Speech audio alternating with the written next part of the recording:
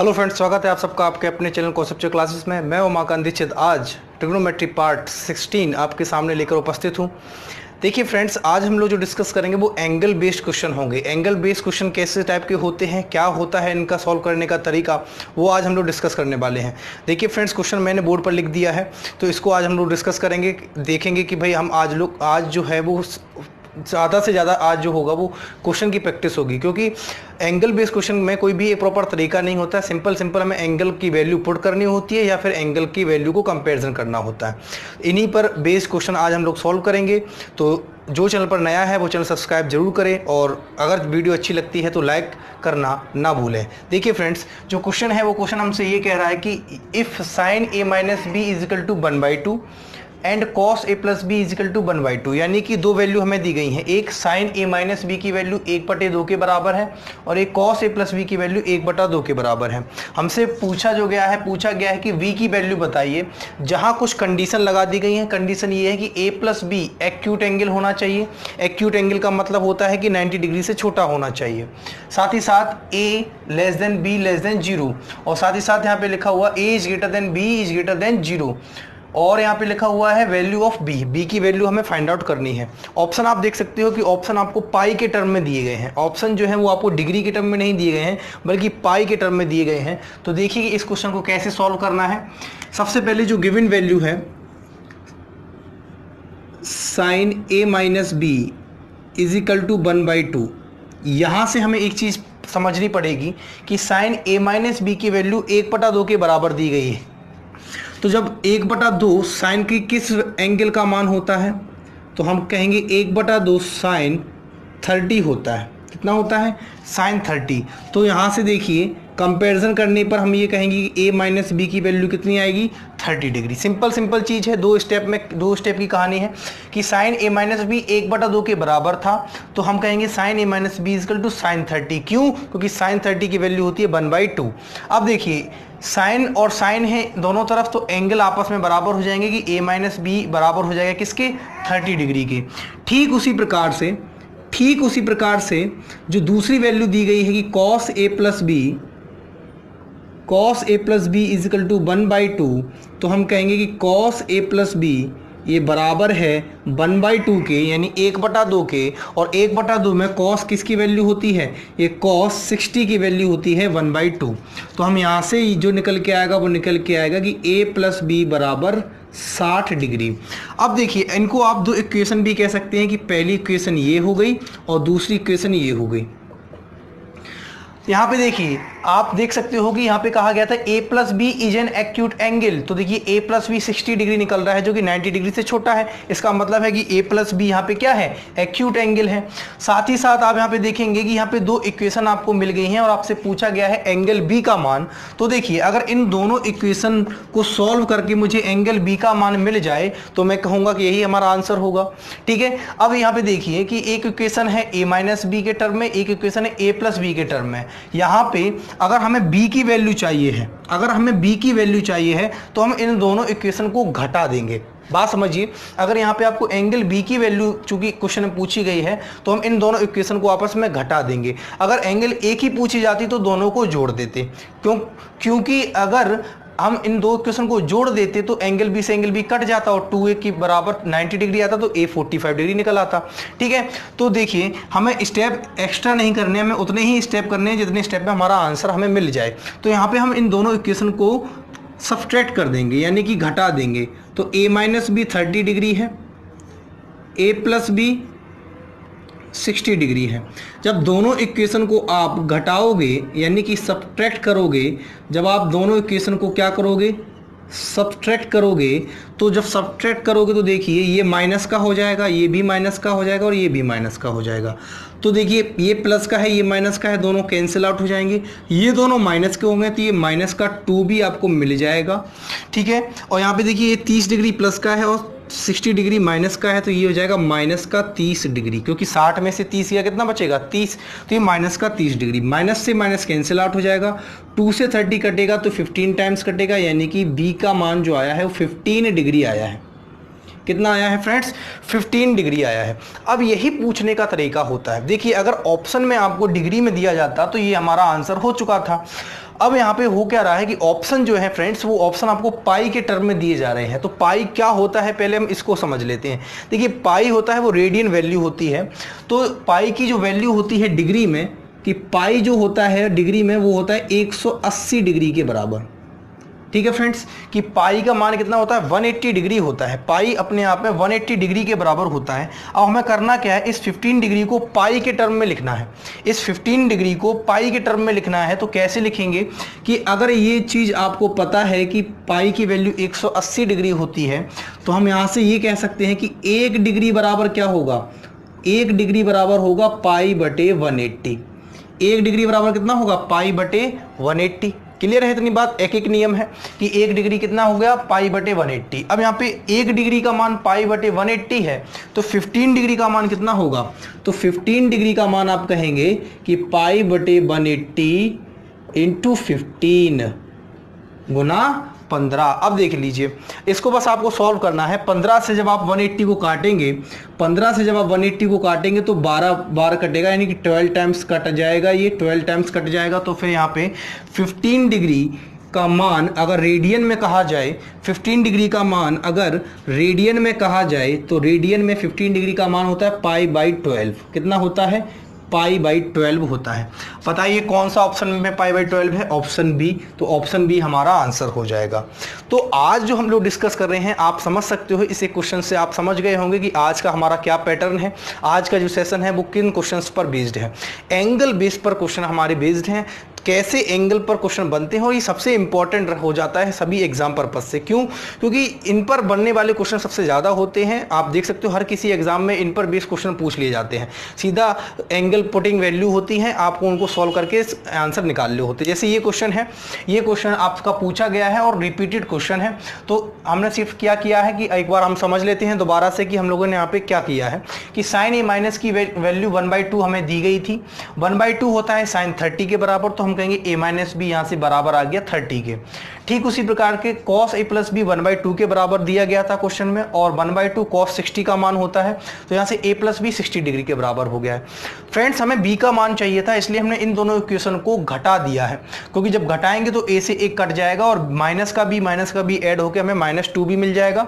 और यहाँ से 30 डिग्री प्लस का है, 60 डिग्री माइनस का है, तो जब घटाएंगे तो मिलेगा माइनस का 30 डिग्री। तो माइनस से माइनस कैंसिल आउट हो गया, बी यहाँ से निकला 15 डिग्री। देखिए अगर ऑप्शन हमें 15 यानी हमें डिग्री में दिया जाता तो हम ऑप्शन पे यहाँ पे आंसर मार चुके होते, लेकिन हमें यहाँ पे जो ऑप्शन दिए गए हैं वो पाई में दिए गए हैं। तो जब पाई में दिए गए हैं तो हम अपनी 15 डिग्री को पाई में कन्वर्ट करेंगे। जिनको कन्वर्ट नहीं करना आता है उनको मैंने बता दिया है। सिंपल एक चीज़ आपको याद रखनी है कि जो पाई का मान होता है 180 डिग्री के बराबर होता है। 1 डिग्री की अगर हम यहाँ पे बात करें तो पाई बाई 180 हो जाएगा, और 15 डिग्री की वैल्यू निकालनी है तो पाई बाई 180 इंटू 15 करेंगे। 15 से 180 कटेगा 12 टाइम्स, तो आपका आएगा पाई बाई 12। कितना जाएगा फ्रेंड्स, पाई बाई 12 इस क्वेश्चन का आंसर होगा। आई होप आपको ये क्वेश्चन समझ में आया होगा, और आप ये भी समझ चुके होंगे कि आज का सेशन कितना इंपॉर्टेंट होने वाला है हमारे लिए, और हम किस कॉन्सेप्ट पर चर्चा कर रहे हैं आज। ठीक है फ्रेंड्स, चलिए हम लोग आगे बढ़ते हैं और इन्हीं बेहतरीन क्वेश्चन के साथ हम लोग अपनी श्रृंखला को जारी रखते हैं। तो बने रहिए वीडियो में। आइए फ्रेंड्स चर्चा करते हैं हम लोग जो ये क्वेश्चन बोर्ड पे लिखा हुआ है कि ये क्वेश्चन क्या है और इसको कैसे सॉल्व करना है।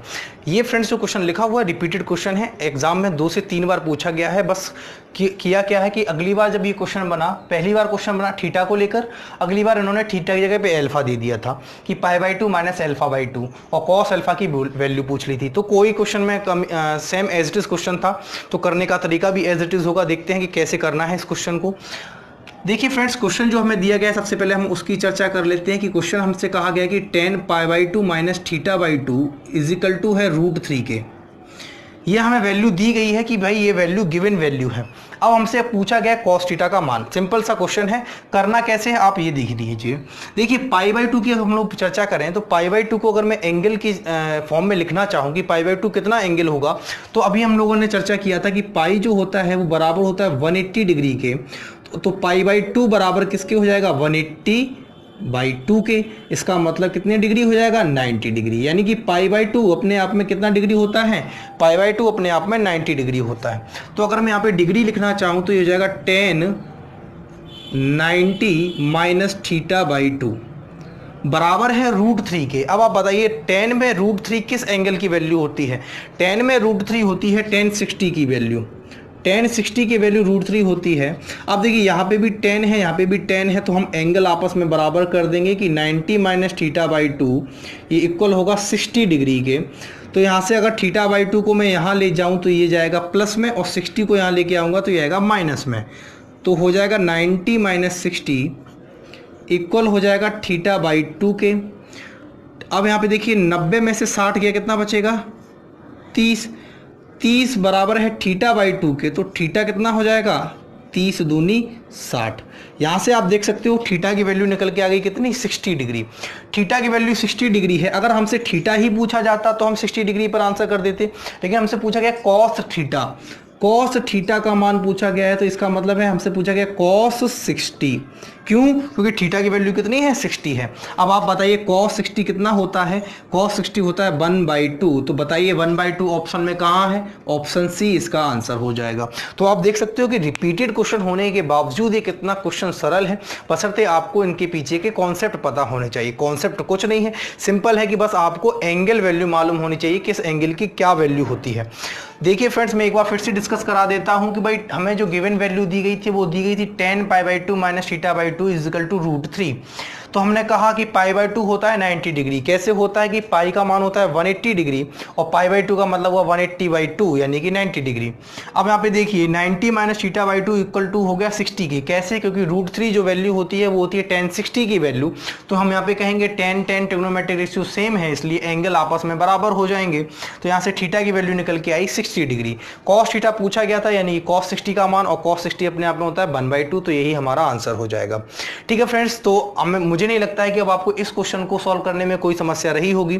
आइए हम लोग आगे बढ़ते हैं, देखते हैं और भी इससे बनने वाले क्वेश्चन की किस टाइप के क्वेश्चन इसमें बनते हैं और आगे भी किस टाइप के क्वेश्चन बनते रहेंगे। ठीक है फ्रेंड्स, आइए फ्रेंड्स हम लोग इस क्वेश्चन को डिस्कस करते हैं कि आखिर ये क्वेश्चन क्या है। देखिए आज के सेशन में हम लोगों को प्रैक्टिस क्वेश्चन ज़्यादा है। क्यों? क्योंकि इसमें कोई कॉन्सेप्ट नहीं है समझने को, इसलिए तैयार रहिए। केवल क्वेश्चन हम लोग प्रैक्टिस कर रहे हैं, जो हमारा आज हमने जिस सेशन पर लेके आए हैं बस उसी पर बेस क्वेश्चन करते हैं। देखिए फ्रेंड्स, अगर हम लोग इस क्वेश्चन की बात करते हैं, ये क्वेश्चन हमें दिया गया कि इफ़ tan θ इजकल टू 1, ये सिर्फ हमें गिवन वैल्यू क्या है? tan θ इजकल टू 1, ये हमें गिवन वैल्यू है। बाकी पूछा गया है हमसे इतना बड़ा क्वेश्चन। तो देखिए जो गिवन वैल्यू दी गई है, यहाँ से हमें थीटा की वैल्यू मिल रही है साफ साफ। कैसे? देखिए अगर मैं यहाँ पे बात करूँ कि हमें दिया गया है tan थीटा की वैल्यू 1 के बराबर हमें दी गई है, तो जैसे ही आपने tan थीटा 1 के बराबर देखा, आप समझ गए कि भाई tan theta is equal to tan 45 होगा। क्यों? क्योंकि 45 tan 45 की वैल्यू 1 होती है, cot 45 की वैल्यू 1 होती है। तो अब यहाँ से देखिए tan इक्वल है, तो एंगल आपस में इक्वल हो जाएंगे। थीटा की वैल्यू यहाँ से कितनी निकल के आई फ्रेंड्स? 45 डिग्री। अब कुछ नहीं करना है, बस इतना ही सा क्वेश्चन था कि अब आपको यहाँ से थीटा की वैल्यू उठाकर जो क्वेश्चन पूछा गया है वहाँ पे पुट कर देनी है। तो जैसे ही आप थीटा की वैल्यू पुट करेंगे तो ये हो जाएगा 8 sin 45 degree plus 5 cos 45 degree upon sine cube 45 degree minus 2 cos cube 45 degree plus 7 cos 45 degree. अब आपको सिर्फ और सिर्फ वैल्यू पुट करके सॉल्व करना रह गया है। बाकी इस क्वेश्चन में कुछ भी ऐसा ट्रिकी अप्रोच नहीं है जो आपको करना बाकी है। देखिए फ्रेंड्स, अब यहाँ पे आपको सिर्फ साइन और कॉस के 45 डिग्री के एंगल का मान पता होना चाहिए। तो साइन 45 और कॉस 45 दोनों ही 1/√2 के इक्वल होते हैं, बस यहाँ पे पुट कर देना है। जैसे ही आप यहाँ पे पुट करेंगे तो देखिए 8 इंटू साइन 45 1/√2 होता है, प्लस 5 इंटू कॉस 45 भी 1/√2 होता है। ठीक उसी प्रकार से साइन क्यूब 45 की बात करेंगे तो ये 1/√2 का होल क्यूब हो जाएगा, और ये भी 1/√2 का होल क्यूब हो जाएगा, और प्लस 7 इंटू 1/√2। कुछ नहीं किया है हमने फ्रेंड्स, केवल और केवल हमने साइन 45 और कॉस 45 की वैल्यू को यहाँ पे पुट किया है।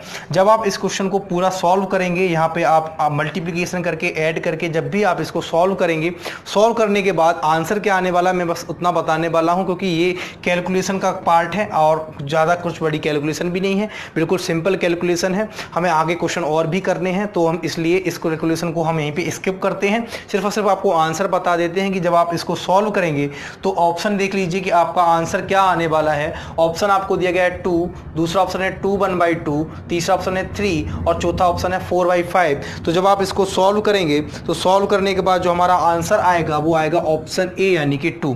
ठीक है, जब आप इसको सॉल्व करेंगे तो हमारा आंसर 2 आएगा। ठीक है, आप इसको सॉल्व करके देख लीजिएगा। बाकी जो यहाँ पे समझने वाली चीज़ थी वो सिर्फ इतनी थी कि tan थीटा की वैल्यू 1 ये हमें गिवन वैल्यू थी।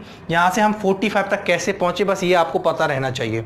जैसे ही आपको थीटा की वैल्यू मिल गई है तो क्वेश्चन में कुछ भी पूछा जाए आप वहाँ पे थीटा की वैल्यू पुट करके सॉल्व कर सकते हैं। ठीक है फ्रेंड्स,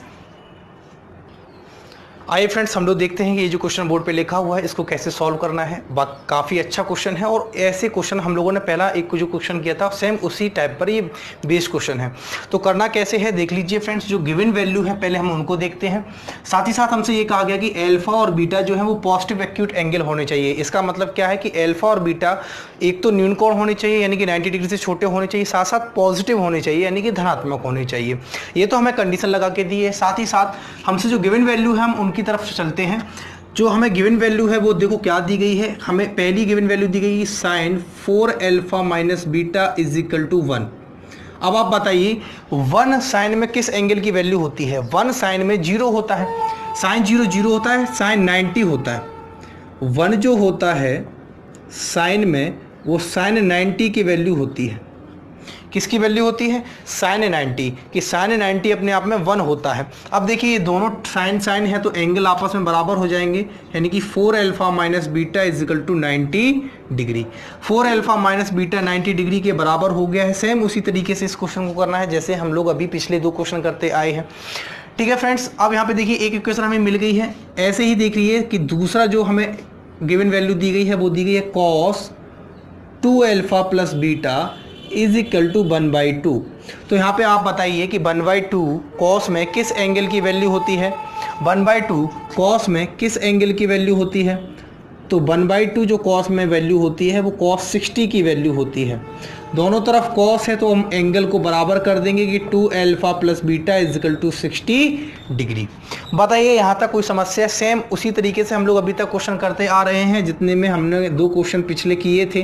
कुछ नहीं करना है, सिर्फ और सिर्फ आपको एंगल की वैल्यू पता होनी चाहिए, बस उसी पर बेस्ड क्वेश्चन है आज के।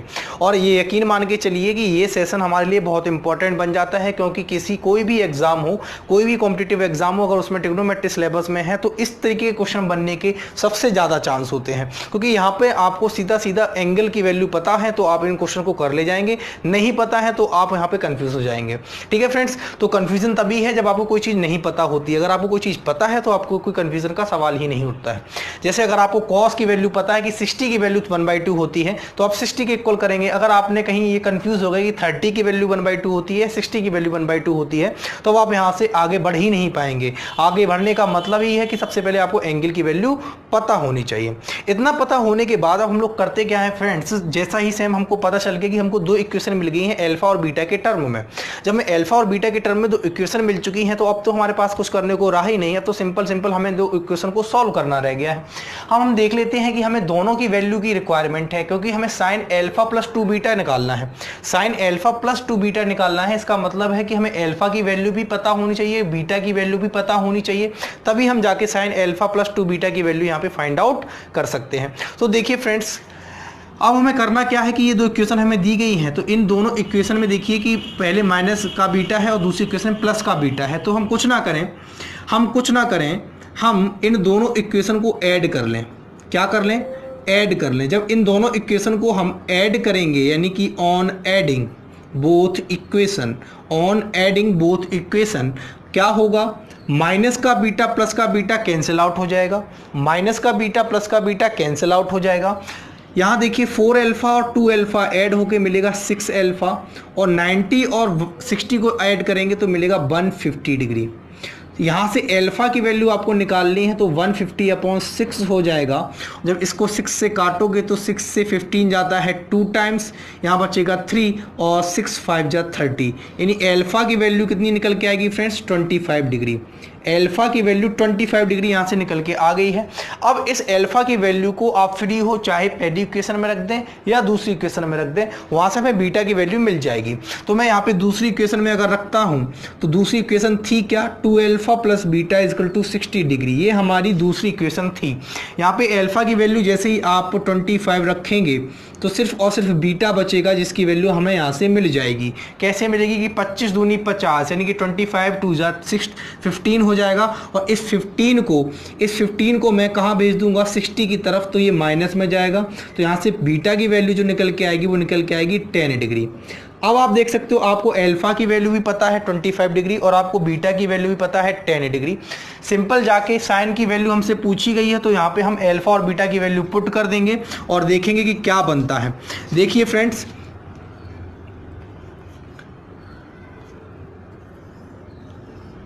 साइन अल्फा प्लस 2 बीटा की वैल्यू हमसे पूछी गई है। हमसे क्या पूछा गया, साइन अल्फा प्लस 2 बीटा की वैल्यू। तो यहाँ पे देखिए, जब मैं यहाँ पे रखूँगा साइन अल्फा की वैल्यू कितनी है 25 डिग्री और बीटा की वैल्यू है 10 डिग्री। 2 बीटा कितना हो जाएगा अपने आप में 2 × 10 यानी कि 20 डिग्री। 2 बीटा कितना हो जाएगा 20 डिग्री, क्योंकि बीटा कितना है 10 डिग्री। अब यहाँ पे देखिए साइन 25 और 20 को ऐड करेंगे तो मिलेगा 45 डिग्री, और साइन 45 अपने आप में कितना होता है 1/√2। तो हमारा आंसर क्या हो जाएगा, ऑप्शन डी यानी 1/√2। तो आप देख सकते हो कि सिर्फ और सिर्फ कुछ नहीं करना है, अभी जैसा पहला क्वेश्चन किया था ठीक उसी प्रकार से इस क्वेश्चन को रिपीटेड करना है कि sine 4α minus beta equal to 1 ये गिवन वैल्यू थी। हमने कहा कि 1 वैल्यू साइन में किसकी होती है 90 की होती है। क्यों हम साइन की ही तरफ चर्चा कर रहे हैं, क्योंकि 1 वैल्यू तो tan 45 की भी होती है, cos 0 की भी होती है। वो हम इसलिए कर रहे हैं क्योंकि यहाँ पे साइन दिया गया है, यहाँ पे जो दिया जाएगा हम देखेंगे कि यहाँ पे वही एंगल बन रहा है उसी ट्रिग्नोमेट्रिक रेशियो में कि नहीं। ठीक है फ्रेंड्स, तो देखो यहाँ पे साइन था इसलिए साइन के टर्म में हमने ढूंढा कि साइन 91 होता है, तो ये साइन और साइन आपस में इक्वल, ये ट्रिग्नोमेट्रिक रेशियो सेम है। जब ट्रिग्नोमेट्रिक रेशियो सेम है तो इनके एंगल भी सेम हो जाएंगे, यानी कि 4α माइनस बीटा की वैल्यू 90 के बराबर हो जाएगी। ठीक है फ्रेंड्स, इतना क्लियर है। तो जैसे हमने यहाँ पे साइन के लिए किया है ठीक उसी वही स्टेप हमने कॉस के लिए किया है कि cos 2α प्लस बीटा 1/2 के इक्वल था, तो हम यहाँ कहेंगे cos में 1/2 वैल्यू किस एंगल की होती है 60 डिग्री की। ठीक है फ्रेंड्स, तो यहाँ पे 2α प्लस बीटा 60 के इक्वल हो जाएगा। दो इक्वेशन हमें मिल चुकी हैं, सॉल्व करेंगे हमें अल्फा बीटा की वैल्यू मिल जाएगी। जब अल्फा बीटा की वैल्यू मिल गई है तो हम साइन अल्फा प्लस 2 बीटा में अल्फा और बीटा की वैल्यू रखने पर हमें पता चलेगा कि ये साइन 45 बन रहा है और साइन 45 की वैल्यू 1/√2 होती है, जो ऑप्शन डी हमारा आंसर हो जाएगा। क्लियर है फ्रेंड्स, क्वेश्चन समझ में आ गया है। मुझे नहीं लगता है आपको यहाँ तक पहुँचने में कोई समस्या होगी और कोई कन्फ्यूज़न रह रही होगी। अगर कोई कन्फ्यूज़न रहती है तो कमेंट करके ज़रूर बताएं। आगे हम लोग बढ़ते हैं, और भी क्वेश्चन बेहतरीन क्वेश्चन लेके हम लोग चलने वाले हैं, तो देखते रहिए, बने रहिए इस वीडियो के एंड तक। आइए फ्रेंड्स, बोर्ड पर लिखे हुए क्वेश्चन को सॉल्व करते हैं, और ये क्वेश्चन सेम उसी पैटर्न पर है जिस पैटर्न पे हम लोगों ने पिछला क्वेश्चन सॉल्व किया है। देख लीजिए यहाँ पे भी अल्फा और बीटा दिया गया है और एंगल भी देख लीजिए सेम उसी टाइप से हमें दिए गए हैं। देखते हैं कि हमसे क्या क्वेश्चन पूछा गया है और कैसे इसको सॉल्व करना है। Sine 3α minus beta equal to 1 ये हमें दिया गया है, साथ ही साथ cos 2α plus beta equal to 1/2 ये भी हमें दिया गया है। हमसे पूछा गया है tan अल्फा की वैल्यू पूछी गई है। तो देखिए सबसे पहले हमें जो दिया गया है हम उस पर चर्चा करते हैं कि हमें दिया गया है sine 3α minus beta is equal to 1। ठीक है फ्रेंड्स, तो अब आप एक चीज बताइए, sine 3α minus beta is equal to 1 ये 1 के बराबर है, तो 1 साइन में किस एंगल की वैल्यू होती है 90 की। जब 1 साइन में 90 की वैल्यू होती है तो ये साइन 3α माइनस बीटा किसके इक्वल होगा साइन 90 के। अब हम यहाँ से ये कह सकते हैं कि दोनों तरफ साइन है इसलिए एंगल आपस में सेम हो जाएंगे, यानी कि 3α माइनस बीटा की वैल्यू किसके बराबर हो जाएगी 90 के बराबर हो जाएगी। यही हम लोग अभी तक करते आए हैं और यही हम लोगों को आगे भी करना है। पहली इक्वेशन यही हो गई। दूसरी इक्वेशन की बात करेंगे, जो दूसरा गिवन वैल्यू था वो था cos 2α plus beta is equal to 1/2। यही हमें दिया गया कि cos 2α प्लस बीटा 1/2 के बराबर है। अभी हमने चर्चा की थी कि cos में 1/2 किस एंगल की वैल्यू होती है, तो cos में 1/2 cos 60 की वैल्यू होती है। दोनों तरफ cos है यानी ट्रिग्नोमेट्रिक रेशियो सेम है, इसलिए 2α प्लस बीटा यानी कि एंगल भी आपस में क्या हो जाएंगे बराबर हो जाएंगे। तो यहाँ से ये दूसरी इक्वेशन मिल गई। अब आप देख सकते हो कि आपके सामने दोनों इक्वेशन अल्फा और बीटा के टर्म में है। इन दोनों इक्वेशन को सॉल्व करके हम अल्फा और बीटा की वैल्यू फाइंड आउट कर सकते हैं। लेकिन क्या इस क्वेश्चन में पिछले क्वेश्चन की तरीके से अल्फा और बीटा दोनों वैल्यू फाइंड आउट करना जरूरी है? नहीं। क्यों? क्योंकि पिछले क्वेश्चन में हमसे अल्फा और बीटा दोनों की कंबाइंड वैल्यू पूछी गई थी, जिसके कारण हमें अल्फा और बीटा दोनों की वैल्यू निकालना पड़ा था। लेकिन यहाँ पे आप देख सकते हो कि आपसे tan अल्फा की वैल्यू पूछी गई है, जिसके लिए सिर्फ और सिर्फ अल्फा की वैल्यू का पता होना हमारे लिए आवश्यक है। तो हम करेंगे क्या, हम यहाँ पे सिर्फ और सिर्फ अल्फा की वैल्यू निकाल लेंगे। अब देखिए, अल्फा की वैल्यू निकालने का मतलब है कि इन दोनों इक्वेशन को सॉल्व करते समय बीटा खत्म हो जाए। बीटा कैसे खत्म होगा कि यहाँ पे बीटा माइनस में और यहाँ पे बीटा प्लस में है, यानी इन दोनों इक्वेशन को जोड़ दिया जाए। क्या कर दिया जाए? जोड़ दिया जाए। तो जैसे ही हम इन दोनों इक्वेशन को, यानी कि 3 alpha minus beta is equal to 90 degree को और 2 alpha plus beta is equal to 60 degree को, इन दोनों इक्वेशन को जैसे ही हम क्या करेंगे, ऐड करेंगे, यानी कि ऑन एडिंग बोथ इक्वेशन, जैसे ही हम दोनों इक्वेशन को ऐड करेंगे होगा क्या कि माइनस का बीटा प्लस का बीटा कैंसिल आउट हो जाएगा और 3 अल्फा 2 अल्फा दोनों पॉजिटिव हैं तो ये जुड़ जाएंगे। क्या हो जाएगा? 5 अल्फा। जब 90 और 60 को ऐड करेंगे तो ये 150 हो जाएगा। तो 5 alpha is equal to 150 degree. यहाँ से अल्फा की बात करना चाहूँ तो अल्फा क्या निकल के आएगा? 5 से जब आप 150 को काटोगे तो अल्फा की वैल्यू 30 डिग्री निकल के आएगी। अल्फा की वैल्यू कितनी निकल के आएगी? 30 डिग्री। जब अल्फा की वैल्यू 30 डिग्री मिल चुकी है तो वो आपसे पूछा गया है tan अल्फा। क्या पूछा गया है? पूछा गया है tan अल्फा।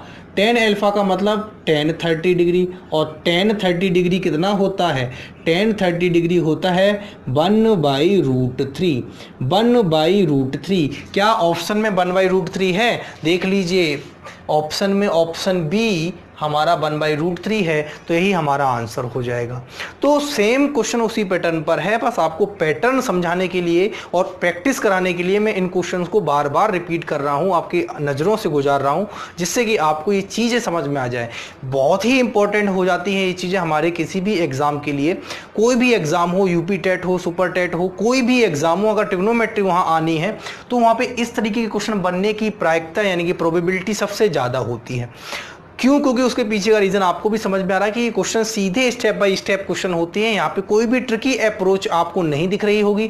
सिंपल एक स्मूथ वे में आपको चलना है। आपको एंगल वैल्यू पता है तो आपको एंगल वैल्यू के अकॉर्डिंग ही, उसके अकॉर्डिंग ही आपको क्वेश्चन को सॉल्व करना रहता है। तो कुछ ट्रिकी अप्रोच यहाँ पे नहीं होती है, जिस कारण ये क्वेश्चन एग्जाम में पूछे जाने की संभावना सबसे ज़्यादा होती है। आइए हम लोग और भी क्वेश्चन डिस्कस कर लें जो क्वेश्चन एग्जाम में आए हैं और इन्हीं पैटर्न पर बेस्ड क्वेश्चन होंगे। ठीक है फ्रेंड्स, चलिए फ्रेंड्स, बोर्ड पर लिखे हुए क्वेश्चन को हम लोग सॉल्व करने वाले हैं, चर्चा करने वाले हैं कि यहाँ पे हम लोग कैसे सॉल्व करेंगे इस क्वेश्चन को। तो देखिए फ्रेंड्स, जो क्वेश्चन दिया गया है, क्वेश्चन हमें दिया गया कि 4 sin square theta minus 1 is equal to 0। केवल यही एक वैल्यू गिवन है, बाकी सब शर्तें हैं, कंडीशन है। और इन कंडीशन का अगर आप यकीन मान के चलिए तो कोई इंपॉर्टेंस भी नहीं है। क्यों? क्योंकि जब जितने भी क्वेश्चन हम लोगों ने सॉल्व किए हैं, आप देख सकते हो कि हमें भी जो एंगल पता होते हैं वो 90 तक ही पता होते हैं। 0 से 90 तक की ही हम लोगों ने टेबल डिस्कस की थी, तो हमें ये ही एंगल पता होते हैं। तो यहाँ पे अगर आपको बार बार ये लिख के दे रहा है कि टेक 0 से 90, इसका मतलब भी यही सेम एक बात कह रहा है कि जो हम लोग क्वेश्चन कर रहे हैं वो उसी पैटर्न पर क्वेश्चन बेस्ड है कि 0 से 90 तक की ही वैल्यू हम थीटा की हमारी आने वाली है, या हम अगर अपनी तरफ से भी मान के चलेंगे तो 0 से 90 के बीच का ही कोई एंगल मान के चलें जिस पर ये कंडीशन सेटिस्फाई हो जाए। ठीक है फ्रेंड्स, तो देखिए, अगर हम लोग चर्चा करें कि भाई हमें इस क्वेश्चन को सॉल्व कैसे करना है, तो वही सेम तरीका होगा कि जो गिवन वैल्यू है सबसे पहले उसको हम लोग लिखते हैं कि जो गिवन वैल्यू है क्वेश्चन में वो है 4 sin square theta minus 1 is equal to 0। अब आप ये देखिए, -1 को अगर मैं वहाँ भेजना चाहूँ तो ये प्लस में जाएगा, तो 4 sin स्क्वायर थीटा किसके बराबर हो जाएगा? 1 के बराबर हो जाएगा। तो आप लोग देख सकते हो फ्रेंड्स कि 4 sin स्क्वायर थीटा 1 के इक्वल हो जाएगा। तो यहाँ से sin स्क्वायर थीटा की वैल्यू अगर मैं सिर्फ निकालना चाहूँ, यानी इस 4 को जो कि इसके साथ मल्टीप्लिकेशन में है, अगर मैं यहाँ भेजूंगा तो ये डिवीज़न में यानी कि बटे में जाएगा, 1/4 हो जाएगा। अब यहाँ पे देखिए, 1/4 को मैं स्क्वायर के टर्म में लिखना चाहूँ, क्यों लिखना चाहूँ? क्योंकि यहाँ पे sin स्क्वायर थीटा है, इसलिए यहाँ पे भी मैं इसको स्क्वायर के टर्म में लिखना चाह रहा हूँ। तो हम जब इसको स्क्वायर के टर्म में लिखेंगे तो sin स्क्वायर थीटा 1/2 का होल स्क्वायर की इक्वल हो जाएगा कि नहीं हो जाएगा? क्यों? क्योंकि 1/4 एक्चुअल में 1/2 का होल स्क्वायर ही है। ठीक है फ्रेंड्स, अब यहाँ पे कंपैरिजन करने पर हमें ये पता चलेगा, क्या पता चलेगा कि साइन स्क्वायर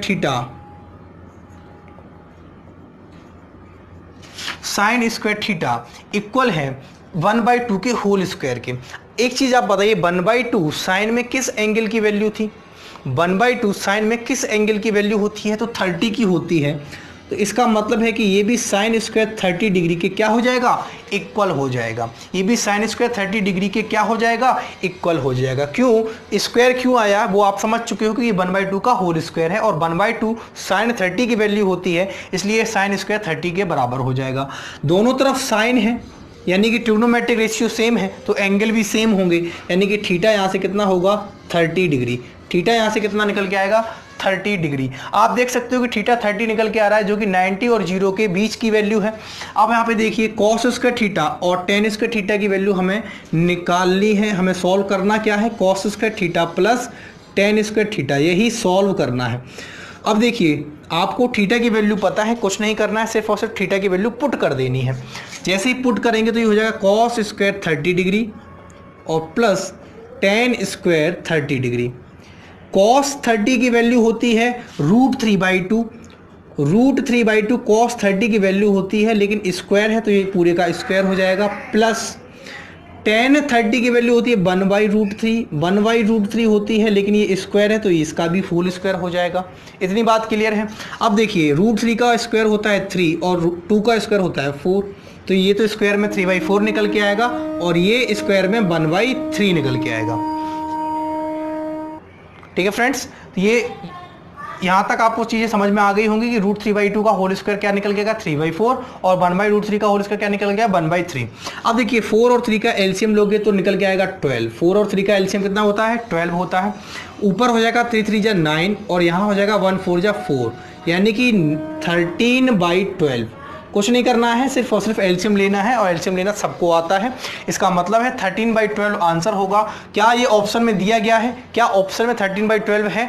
कहीं दिख रहा है आपको? जी हाँ, ऑप्शन बी हमारा आंसर हो जाएगा, क्योंकि यहाँ पे 13/12 आपको दिख रहा है। तो आप देख सकते हो कि कोई भी नई चीज यहाँ पे नहीं थी। जो कुछ भी गिवन वैल्यू थी वो गिवन वैल्यू इस अकॉर्डिंग दी गई थी जिससे कि आप यहाँ से थीटा निकाल सकें। ठीक है, तो थीटा निकालने तक ही स्टेप था। थीटा निकालने का तरीका मैं एक बार फिर से आपको बता दे रहा हूँ कैसे निकाला गया है। कि जो गिवन वैल्यू थी 4 sin स्क्वायर थीटा -1 = 0, यहाँ पे देखिए -1 को अगर मैं वहां ले जाऊंगा तो प्लस में जाएगा, फिर ये 4 मल्टीप्लिकेशन में वहां जाएगा तो डिवीजन में जाएगा। 1/4 को मैं 1/2 का होल स्क्वायर लिख सकता हूं। इतना करने के बाद आपको पता है कि sin 30 की वैल्यू 1/2 होती है, तो ये sin स्क्वायर 30 के बराबर हो जाएगा। sin स्क्वायर थीटा बराबर है sin स्क्वायर 30 के, तो थीटा बराबर होगा 30 के।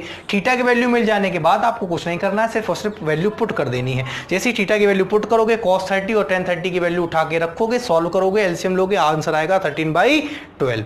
तो क्लियर है, आपको समझ में आ रही होंगी चीजें और आपको आज का सेशन अच्छा भी लग रहा होगा, क्योंकि कुछ नई चीज आप पढ़ने को नहीं देख रहे हो। ये चीजें आपके सिलेबस में भी कई बार आपने देखी भी होगी जब आपने ट्रिग्नोमेट्री पढ़ी होगी। बिल्कुल बेसिक से क्वेश्चन है ये ट्रिग्नोमेट्री के, लेकिन एग्जाम पर्पज से ये काफी इंपॉर्टेंट हो जाते हैं। मैं आपके लिए कोई भी ऐसी चीज नहीं छोड़ के चल रहा हूं कि जो छोटी है, एग्जाम पर्पज से इंपॉर्टेंट है और मैं उसको छोड़ दूं, नहीं। छोटी से छोटी चीज मैं इसीलिए डिस्कस करा के चल रहा हूं कि एग्जाम में कोई क्वेश्चन कभी भी अगर कहीं भी बना है तो मैं उस क्वेश्चन को यहां इन वीडियो के माध्यम से, नोट्स के माध्यम से आप तक पहुंचाऊं और आपको आपकी मदद करूं इन क्वेश्चंस को सॉल्व करने में, समझने में और इनके पीछे का कॉन्सेप्ट क्या है उसको देखने में। ठीक है फ्रेंड्स, आगे चलते हैं, देखते हैं कि इस पर एक दो क्वेश्चन और हम लोग डिस्कस कर लेते हैं, फिर हम लोग अगले सेशन में इसी को और कवर करेंगे, क्योंकि इसका अभी हम लोग और देखेंगे कि और अलग तरीके से कैसे एंगल के क्वेश्चन बनते हैं। ठीक है, या मैं अभी ऐसा करता हूं कि इस पर बेस्ड तो ऐसा एक कॉन्सेप्ट तो हम लोगों ने क्लियर कर लिया है, अब एक नया कॉन्सेप्ट हम लोग लिखते हैं कि कुछ क्वेश्चन कुछ और तरीके से कैसे पूछा जाएगा। ठीक है, देखिए फ्रेंड्स, ये जो क्वेश्चन बोर्ड पे लिखा हुआ है ये क्वेश्चन भी एंगल बेस्ड क्वेश्चन है, मतलब कि यहाँ पे भी आपको एंगल की वैल्यू पता होनी चाहिए। पिछले क्वेश्चन में आप देख सकते हैं कि जितने भी हम लोगों ने पिछले क्वेश्चन किए थे वहाँ पे हमें क्या करना पड़ रहा था, कंपैरिजन करना पड़ रहा था। एंगल की वैल्यू फाइंड आउट करने के लिए हमें कंपैरिजन करना पड़ रहा था, जहाँ से हमें थीटा और अल्फा या बीटा की वैल्यू वहाँ से हमें फाइंड आउट हो रही थी। ठीक है, इक्वेशन बन रही थी, इक्वेशन को सॉल्व करके हमें वहाँ पे मिल रहा था वैल्यू। यहाँ पे क्या हो रहा होगा, यहाँ पे आपको सीधा सीधा एंगल वैल्यू दी जाएंगी, आपको वहाँ पे सिर्फ और सिर्फ एंगल वैल्यू को पुट करके क्वेश्चन को सॉल्व करना होता है। तो ये क्वेश्चन और भी आसान हो जाते हैं हमारे एग्जाम पर्पस को लेकर।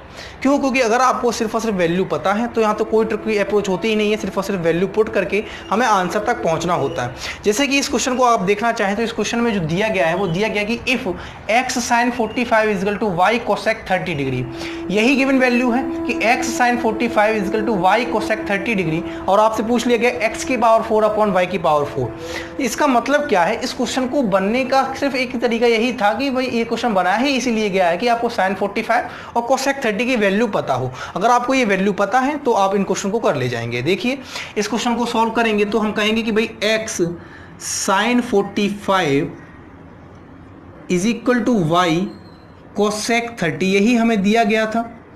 अब यहाँ पे बताइए sin 45 की वैल्यू कितनी होती है? आप कहेंगे 1/√2 होती है। और मैं पूछूं cosec 30 की वैल्यू कितनी होती है? तो sin 30 होता है 1/2, तो cosec 30 होगा 2। अब यहाँ पे देखिए x की पावर 4 अपॉन y की पावर 4 हमसे पूछा गया है, तो हम यहाँ पे x अपॉन y पहले निकाल लें। x अपॉन वाई कैसे निकालोगे कि जो y मल्टीप्लिकेशन में है जब ये यहाँ पे आएगा तो डिवीजन में जाएगा, और ये 1/√2 जो कि मल्टीप्लिकेशन में था यहाँ पे जाएगा तो किस में जाएगा? डिवीजन में जाएगा। क्लियर है इतनी बात? अब यहाँ पे देखिए अगर मैं यहाँ पे कहना चाहूँ कि x बटे वाई कितना निकल के आया, तो आप कहेंगे बटे का बटे कहाँ पहुँच जाता है? ऊपर पहुँच जाता है, यानी कि 2√2 के बराबर आ गई ये वैल्यू। यहाँ पे आप देख सकते हो कि x अपॉन वाई की वैल्यू 2√2 के बराबर आ चुकी है। अब सिर्फ एक स्टेप दूर हैं हम आंसर के कि पावर 4 पूछा गया, यानी हम दोनों तरफ पावर 4 ले लें। जब दोनों तरफ हम पावर 4 लेंगे तो यहाँ तो होगा x बटे वाई की होल पावर 4, और ये होगा 2√2 की होल पावर 4 की, क्योंकि हमने दोनों तरफ क्या ले लिया है फ्रेंड्स? दोनों तरफ पावर 4 ले ली है। क्यों ले ली है? क्योंकि क्वेश्चन में पूछा गया है इसलिए ले ली है। अब देखिए x की पावर 4 अपॉन y की पावर 4, ये निकल के आएगा किसके बराबर? 2 की पावर 4 इंटू √2 की पावर 4। 2 की पावर 4 कितना होता है? मैं यहाँ पे सॉल्व कर दे रहा हूँ। मैं एक एक स्टेप इसीलिए बता रहा हूँ, मैं कुछ डायरेक्ट लेके नहीं चल रहा हूँ। मैं एक कैलकुलेशन में भी एक एक स्टेप इसलिए बताता हूँ कि आपको कोई कंफ्यूजन ना रहे। 2 की पावर 4 की अगर बात की जाए कि x की पावर 4 अपॉन y की पावर 4 इज इक्वल टू 2 की पावर 4 कितनी होती है? 16 होती है, तो ये तो 16 हो गया इंटू, देखिए √2 की पावर 4 है। रूट का मतलब कितना होता है? यहाँ पे समझ लीजिए, रूट का मतलब जहाँ कहीं भी ये सिंबल आपको दिख जाए ये रूट का सिंबल होता है, इसका मतलब होता है समथिंग पावर 1/2। यानी किसी भी जहाँ रूट के अंदर जो भी संख्या लिखी होगी, मान के चलो अगर x लिखी है तो इसका मतलब है कि x का पावर कितना है? 1/2 है। तो जब यहाँ पे x की जगह पे 2 है, यानी यहाँ पे 2 की पावर 1/2 है और इसकी पावर 4 है। इसका मतलब क्या होगा कि जब हम कहें कि √2 की पावर 4, √2 की पावर 4, अगर ये √2 की पावर 4 को मैं सॉल्व करूं तो ये क्या होगा? 2 की पावर 1/2 इसकी होल पावर 4। तो आप ये कहेंगे कि 2 की पावर 4/2, यही तो कहेंगे 2 की पावर 4/2, और 4/2 का मतलब है कि 2 की पावर 2, 2 की पावर 2। तो यहाँ पे देखिए √2 की पावर 4 का मतलब क्या हुआ कि 2 की पावर 2 हुआ, और 2 की पावर 2 का मतलब कितना होता है? 4 होता है। 2 का स्क्वायर कितना होता है? 4 होता है। और ये दोनों ही संख्याएं किस में थी? मल्टीप्लिकेशन में थी। ये दोनों ही संख्याएं किस में थी? मल्टीप्लिकेशन में थी। ठीक है फ्रेंड्स, आपको इतनी चीज़ें समझ में आ गई हैं। हम लोग आगे चलते हैं। देखिए अब कुछ नहीं रह गया इस क्वेश्चन में। देखिए अगर इस क्वेश्चन में पावर की जगह पे यहाँ पे देखिए क्वेश्चन के जो ऑप्शन है, हमें ऑप्शन के अकॉर्डिंग ही चलना होता है। ऑप्शन दिए गए हैं पावर की टर्म में, यानी कि 4 की पावर क्यूब, 6 की पावर क्यूब, 2 की पावर क्यूब, 8 की पावर क्यूब। ठीक है, तो हमें अब यहाँ पे देखिए वैसे तो हमें दिख रहा है कि 16 का अगर मैं 4 में यानी कि 16 × 4 करूँ तो 64 मिलता है, 64 मिलता है। तो x की पावर 4 अपॉन y की पावर 4 यहाँ से कितना मिला? 64 मिला। लेकिन कहीं भी ऑप्शन में 64 नहीं दिख रहा है। यहाँ तो ऑप्शन में हमें 2 की पावर दिख रही है, 8 की पावर दिख रही है, 4 की पावर दिख रही है, 6 की पावर दिख रही है। 2 की पावर 3 होता है 8, तो 8 तो हो नहीं रहा है क्योंकि मिल रहा है हमें 64। देख सकते हैं आप लोग, 6 की पावर 3 का कोई मतलब ही नहीं बनता है। 6 की पावर 3 में कहीं भी 64 नहीं आता है।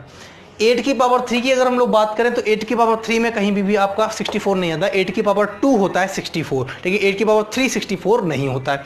इसका मतलब आप यहीं से ऑप्शन निगलेक्ट कर सकते हैं। जैसे आपका 64 मिला, आप यहीं से कह सकते हैं कि ना ही बी ऑप्शन ये होगा, ना ही सी ऑप्शन होगा, ना ही डी ऑप्शन होगा, ए ऑप्शन इसका आंसर होगा। कैसे? क्योंकि 4 × 4 × 4 जब आप करोगे तो 4 × 4 × 4 64 होता है। इसका मतलब है कि 64 को हम लोग क्या लिख सकते हैं? 4 का क्यूब। 64 को क्या लिख सकते हैं, 4 का क्यूब लिख सकते हैं और यही हमारा क्या हो जाएगा, आंसर हो जाएगा, यानी ऑप्शन ए हमारा आंसर हो जाएगा। तो आप देख सकते हो फ्रेंड्स कि पहला जो हम लोगों ने तरीका सीखा था एंगल बेस्ड क्वेश्चंस का, वो तरीका सिंपल था कि हमें कंपैरिजन करना था। कंपैरिजन करने के बाद हमें दो इक्वेशन मिल जाती थी, उन इक्वेशन को सॉल्व करने पर अल्फा बीटा या थीटा की वैल्यू हमें फाइंड आउट हो जाती थी। फिर जो भी क्वेश्चन में हमसे पूछा जाता था हम वहां पे उन एंगल को पुट करके आंसर निकाल लेते थे। एक तरीका तो वो था। एक तरीका क्वेश्चन पूछने का ये है कि जहाँ पे सिंपल सीधे सीधा आपको एक वैल्यू भी दी जाएंगी, आपको यहाँ पे एंगल निकालना ही नहीं है, एंगल की वैल्यू निकालनी ही नहीं है, एंगल की वैल्यू सीधी सीधी दी जाएगी 45, 30, 60, 90, ठीक है। वहां पे आपको सिर्फ एंगल की वैल्यू का मान आपको पता होना चाहिए कि साइन 45 कितना होता है, cos 30 कितना होता है। अगर आपको ये पता है तो आप इस क्वेश्चन में सीधा सीधा रखेंगे, एक्स वाई की वैल्यू यहाँ पे रख के सॉल्व करेंगे और यहाँ पे आपको आंसर मिल जाएगा। तो अभी आप समझ सकते हो कि ये जो कॉन्सेप्ट है ये आपके लिए कितना इंपॉर्टेंट हो जाता है, क्योंकि इसमें कुछ नहीं है, स्मूथली क्वेश्चन चलता है। क्वेश्चन में कोई भी ट्रिकी नहीं होती, कोई अप्रोच नहीं होती है, सिर्फ और सिर्फ आपको क्वेश्चन को स्टेप बाय स्टेप सॉल्व करना है और आप आंसर तक पहुंच जाते हैं। ठीक है फ्रेंड्स, तो चलिए फ्रेंड्स आज के लिए हम लोग इतना ही रखते हैं, मिलते हैं अगले सेशन में इसी के आगे, क्योंकि अभी ये हम लोगों के अभी काफ़ी क्वेश्चन बचे हुए हैं जो इस कॉन्सेप्ट पर बेस्ड हैं। तो हम लोग अभी उनको देखेंगे, उनको सॉल्व करेंगे, फिर हम लोग आगे बढ़ते चले जाएंगे। तो देखिए टाइम हमारे पास काफ़ी है, ऐसा कोई अभी एग्ज़ाम नहीं है जो तुरंत अभी होने वाला कोई एग्ज़ाम हो। अभी वैसे भी आप समझ रहे हैं कि महामारी का समय चल रहा है, महामारी का दौर चल रहा है, तो यहाँ पे अभी कोई एग्ज़ाम आसपास कोई नज़दीक डेट नहीं है, तो हम लोग आराम से पढ़ रहे हैं और सारी चीज़ें कवर कर रहे हैं। और जो नया है मैं उस विद्यार्थी के लिए सबसे ज़्यादा फोकस कर रहा हूँ जो पहली बार चीज़ों को पढ़ रहा है, समझ रहा है। तो जो पहली बार चीज़ों को समझता है, पढ़ता है, उसके लिए हर एक बेसिक चीज़ बताना ज़रूरी हो जाता है, हर एक कॉन्सेप्ट समझाना ज़रूरी हो जाता है। ठीक है, अब मैं ऐसा नहीं है कि मैं हवा में ट्रिग्नोमेट्री खत्म कर दूँगी, 2 सेशन लेके आता, अच्छे अच्छे क्वेश्चन कराता और कह देता कि भाई आपकी ट्रिग्नोमेट्री कंप्लीट, तो उसका कोई महत्व भी नहीं है। क्योंकि अगर आप 2 सेशन में ट्रिग्नोमेट्री सीख रहे हैं तो वो आप किसी भी एग्जाम पर्पज से आपके लिए इंपॉर्टेंट कहीं भी नहीं होता है, ना ही यहाँ से कोई भी क्वेश्चन फंसने वाला होता है। ठीक है, क्योंकि यहाँ पे जो भी मैंने डिस्कस करा रहा हूँ सारे क्वेश्चन आपके एग्जाम में किसी ना किसी एग्जाम में कभी ना कभी पूछे गए क्वेश्चन है, और काफ़ी तो क्वेश्चन ऐसे रहे हैं जो रिपीटेड क्वेश्चन है, 2-2 बार 3-3 बार एग्जाम में सेम उसी संख्या पर बेस्ड क्वेश्चन पूछ लिया गया है। तो आप देख सकते हो कि आपके लिए ये सेशन बड़े इंपॉर्टेंट होते हैं। अब आपके ऊपर होता है कि आपको इनके लिए आप कितने सीरियस हैं। ठीक है, आप अपने करियर के लिए कितना सीरियस हैं। तो अगर आप ज़्यादा सीरियस हैं तो आप इन वीडियो को जरूर देखा करें। ठीक है, आपके लिए बहुत ही इंपॉर्टेंट सेशन होते हैं ये। तो आज के लिए हम लोग इतना ही रखते हैं। अभी आप समझ के चलिए कि हम लोग जो कॉन्सेप्ट लेके चल रहे हैं, अभी इसी कॉन्सेप्ट पर एक सेशन हम और लेके आएंगे। अगले सेशन में हम लोग इसके आगे और बढ़ेंगे, फिर हम लोग मैक्सिमम मिनिमम वैल्यू की तरफ चलेंगे। मैक्सिमम मिनिमम वैल्यू से भी काफ़ी क्वेश्चन पूछे जाते हैं एग्जाम में, जहाँ मैक्सिमम वैल्यू और मिनिमम वैल्यू फाइंड आउट करना आपसे पूछा जाता है। तो वो भी हमें डिस्कस करना है, वो भी हम पढ़ेंगे एग्जाम पर्पज से, वो भी हमारे लिए बहुत इंपॉर्टेंट है। इसके बाद जब हम लोग वो डिस्कस कर लेंगे, उसके बाद मुझे नहीं लगता है कि आपकी ट्रिग्नोमेट्री में कोई भी सेशन या कोई भी टॉपिक या कोई भी कॉन्सेप्ट छोटा से छोटा हो चाहे बड़ा सा बड़ा हो आपका छूट जाएगा। ऐसा कुछ नहीं होगा जो आपका छूटेगा, आपका सब कुछ कवर हो जाएगा, चाहे वो चीज़ छोटी रही हो, कितनी भी छोटी हो, कितनी भी बेसिक हो, और चाहे वो कितनी भी टॉप लेवल तक गई हो, सारी चीज़ें मैं आपको कवर करा के चल रहा हूँ। तभी आप देख सकते हो कि 15 से 16 सेशन, आज का ये 16वां सेशन है, 16वें सेशन के बाद 17वां सेशन अभी आपका आएगा इसी कॉन्सेप्ट को लेकर। फिर हम 18वें और 18वें सेशन पर लेके आएंगे मैक्सिमम मिनिमम, जो 1-2 सेशन ले लेगा आपका, तो 19-20 सेशन हो जाएंगे अकेले ट्रिग्नोमेट्री के। और कोई भी आप देख सकते हो कि इस सेशन में कोई भी मैंने वीडियो छोटी नहीं बनाई है, 10 मिनट या 20 मिनट की कोई भी वीडियो नहीं रही है, 30 मिनट से एबव ही वीडियो रही है। तो आप देख सकते हो कि इतनी लंबी लंबी वीडियो बनाने के बाद भी मैं इतने सेशन कवर किए हैं, तो कितना इंपॉर्टेंट है आपके लिए ये जानना कि कुछ भी छूटा नहीं है इन ट्रिग्नोमेट्री में, सारा कुछ हम लोगों ने कवर किया है। तो आगे हम लोग मिलेंगे इसी कॉन्सेप्ट को आगे बढ़ाते हुए। तब तक के लिए आप इन्हीं कॉन्सेप्ट को देखिए, समझिए और प्रैक्टिस कीजिए। जितनी ज़्यादा प्रैक्टिस आप करेंगे उतनी ही ज़्यादा आपके अंदर कॉन्फिडेंस आएगा क्वेश्चंस को लेके। ठीक है, नए नए क्वेश्चंस आप सॉल्व कर सकते हैं, और जिससे आपको ये समझ में आएगा कि आपने जो चीज़ सीखी है, जो चीज़ ग्रैब की है, वो आपकी कितनी मजबूत है। ठीक है, तो आज के लिए हम लोग इतना ही रखते हैं, मिलते हैं अगले सेशन में, इसी कॉन्सेप्ट को आगे बढ़ाते हैं। मज़ा आता है अगर वीडियो में, तो वीडियो को लाइक ज़रूर करें, अगर कोई समस्या आती है आपके सामने तो कमेंट जरूर करें, ठीक है। वीडियो चैनल पर नए हैं तो सब्सक्राइब करना ना भूलें। आज के लिए हम लोग इतना ही रखते हैं, मिलते हैं अगले सेशन में। खुश रहिए, मुस्कुराते रहिए, ठीक है फ्रेंड्स। जय हिंद दोस्तों।